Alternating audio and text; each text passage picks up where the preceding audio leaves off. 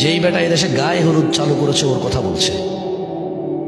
1450 বছর আগে আল্লাহর নবী বলছে ওই বেটার কথা, যেই বেটা বলতেছে যে বিয়ের মধ্যে গান বাজনা বাজা দেবে, মলেকা বানুর বিয়া গো কি জানে পরে বিয়ের বাজনা বাজে। যেই বেটা বিয়ের মধ্যে চিন্তা করছে যে এরকম একটা জিনিস বাজানো দরকার, ওই বেটার কথা বলছে।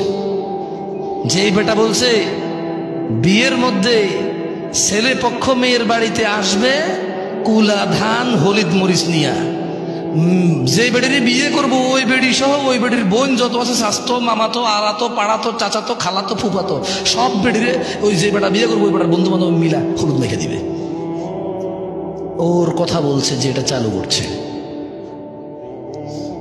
ওর কথা বলতেছে যে বলেছে রেস্টুরেন্টে গান বাজাইতে হবে তাইলে কাস্টমার টিকে থাকবে, ওই বেটার কথা বলছে। যে বেটা বলেছে মুসলমানদের ঈদ, মুসলমানদের রোজা, মুসলমানদের আনন্দ, মুসলমানদের ত্যাগ তিতিক্ষার মাসে মুসলমানদেরকে জামা কাপড় কিনে দেওয়া, মানে জামা কাপড় বেচার ফোন দিতে সুপার শপ শোরুম খুলবে, বড় বড় শোরুম খুলে ওখানে গান বাজাই দেবে ইংরেজি আর কাপড় চোপড় বেচবে। হ্যাঁ, মুসলিমরা পাগল হয়ে গেছে, সারা মাস রোজা রেখে জামা কাপড় কিনতে যায়, গান না শুনলে মুসলিমরা পাগল হয়ে যাবে, এদেরকে গান শোনাও, ভালো করে তোমার কাপড় চোপড়ের দোকানে গান বাজায় দাও, মৃদু সাউন্ডে ইংলিশে এভাবে ইংরেজিতে গাইবে, কিছু তোমার বুঝে আসবে না।